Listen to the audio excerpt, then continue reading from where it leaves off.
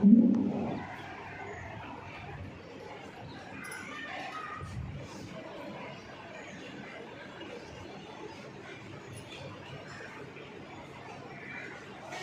या अर्ध शीर्षासनामध्ये शीर्षासन जर आपल्याला जमत नाही आहे तर या अर्ध शीर्षासनामध्ये पण तुम्हाला याचा 100% नाही तर 80% तरी लाभ तुम्हाला मिळेल. कळलं की नाही? मग त्याला पर्याय आहे अर्ध शीर्षासनाचा. मग मला तुम्हाला सांगितलं कळलं नाही. म्हणजे मेंदूला रक्तप्रवाह व्यवस्थित न झाल्याने, चक्कर येणे, स्मरणशक्ती कमी होणे, मस्तकशूल, हिस्टेरिया इत्यादी विकार याच्यातून दूर केले जातात.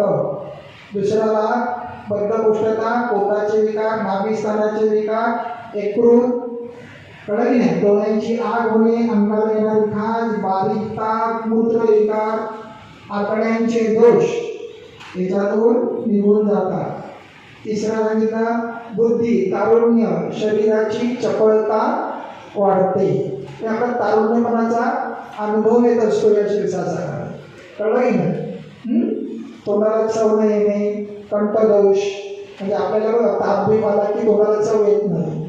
कळलं नाही? मग ते कंठ या शीर्षासनातून निघून जातात आणि म्हणूनच या अर्ध शीर्षासन शीर्षासनाला पर्याय म्हणून आपण काय दाखवलं आहे अर्ध शीर्षासन. आणि त्याच्यातच आणखी तुम्ही सर्वांगासन शिकलेले आहात. कळलं की नाही? मग सर्वांग शीर्षासन नाही आलं तर ह्या टास्क करायचा नाही तर सर्वांगासनामध्ये तुम्हाला त्याचे लाभ मिळणार आणि या अर्ध शीर्षासनामध्ये पण तुम्ही त्याचे लाभ मिळणार. येते लक्षात?